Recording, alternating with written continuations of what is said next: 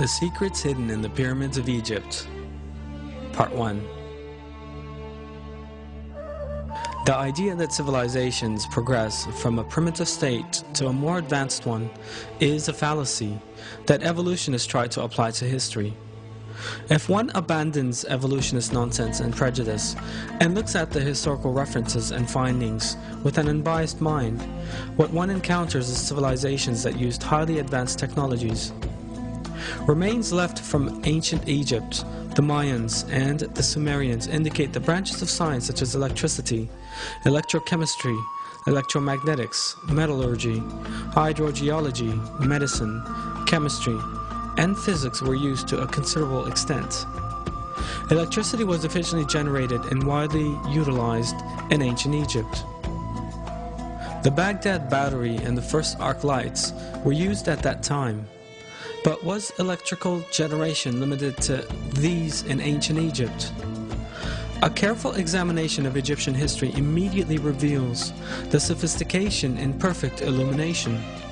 No soot has been found in the corridors of the pyramids or the tombs of the kings, because these areas were lit using electricity. Relief carvings show that the Egyptians used handheld torches powered by cable-free power sources. The arc lamp used in the lighthouse of Alexandria is further proof that electricity was used in ancient Egypt. The energy required to power the lighthouse of Alexandria for 24 hours a day could only have been supplied by a regular electrical source. The pyramids of Egypt were giant power plants generating electricity. 1.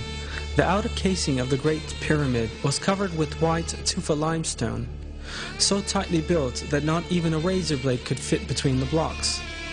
The white tufa limestone does not contain magnesium and has high insulating properties.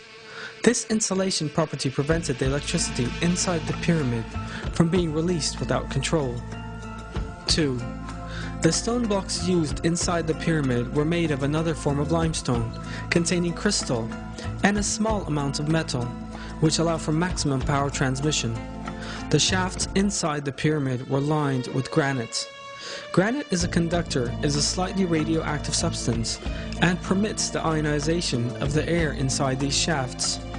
When we look at an insulated electric cable, we see that conductive and insulation materials are used in the same way as in the pyramids. 3. The conductive and insulating properties of the pyramid are an example of flawless engineering. However, a source of energy is needed for electricity generation. The Giza Plateau, where the pyramids stand, is full of underground water channels.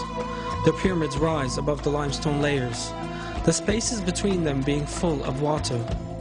These special layers of rock that transmit electricity upward as they carry underground water to the surface are known as aquifers.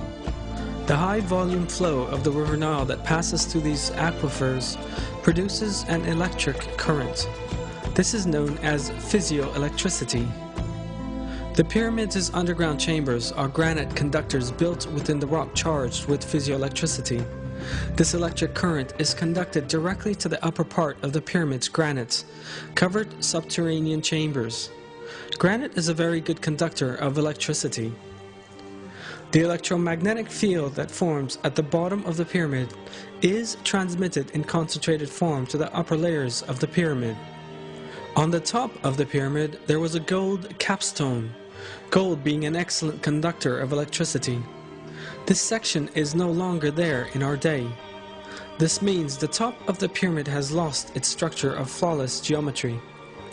This gold capstone facilitated a conductive path for the transfer of negative ions to the ionosphere. This way, a current was generated. How does it serve to move the electromagnetic field on the ground through the help of an aquifer? An identical form of this technology, employed in Egypt 5,000 years ago, was used by Nikola Tesla, an inventor of electric technology in the early 1900s. In a tower he constructed in the United States of America.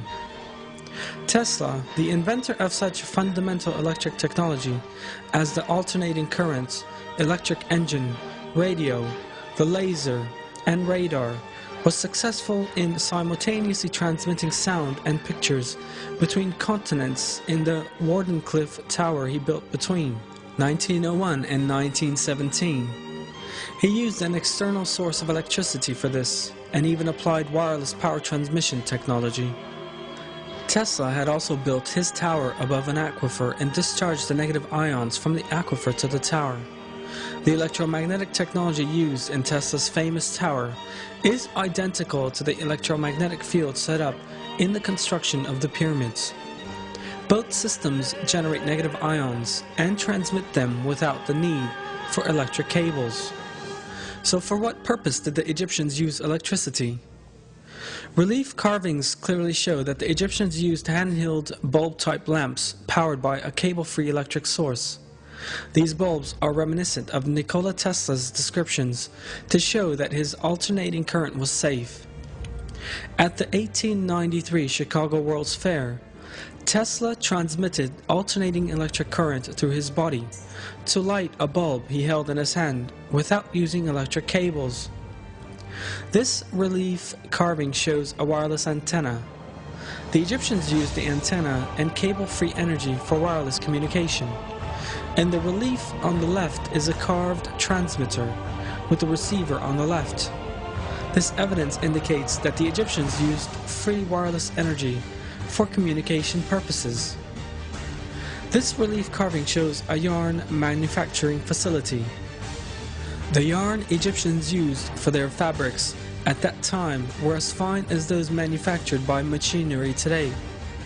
The Egyptians also used electric power in their weaving plants.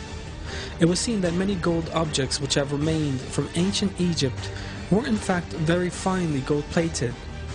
Such perfect gold plating as in these pieces requires the use of electricity. The total electromagnetic measurement made around the Great Pyramid is identical to that made during a thunderstorm with lightning. There's a powerful electromagnetic field around the Great Pyramid. This may be observed through a simple experiment when standing at the top of the pyramid with a bottle wrapped in a damp cloth. Sparks fly away from the bottle as if one were on top of a high-voltage bobbin. The pyramids were not used as tombs. The pyramids have always been interpreted as the tombs of the pharaohs, but in fact no inscriptions of any kind appear in the corridors of the Great Pyramid. This suggests a functional building rather than a mausoleum. An empty stone chest was found on the central axis of the pyramid that archaeologists call the King's Chamber. They claimed that this contained the coffin of the pharaoh, but that since this had been stolen, it was now empty. But the examination of the dimensions of the stone chest and the special location in which it was installed reveals a different state of affairs. That point is just where the missing part of the pyramid's conductive structure and whole design suggests it should be. If a superconductive material was installed here, the pyramid could manufacture enough electricity for all of Egypt.